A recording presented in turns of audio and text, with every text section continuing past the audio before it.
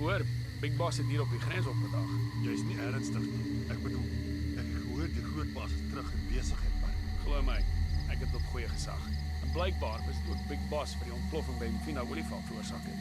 hoekom sal hy 'n brandstoftank opblaas? Dis nie voor die hand liggend nie. Hy haat die CIA vir die moord op sy manne.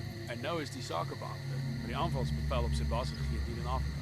Wat het dit te doen met Mfina? Moet ek weet. Dis onmoontlik om hier tred te hou met al die bande tussen die huursoldate en die kante wagte. As die lucky aan ons kant is, kan ons uiteindelik teen nog gekontrakteer word.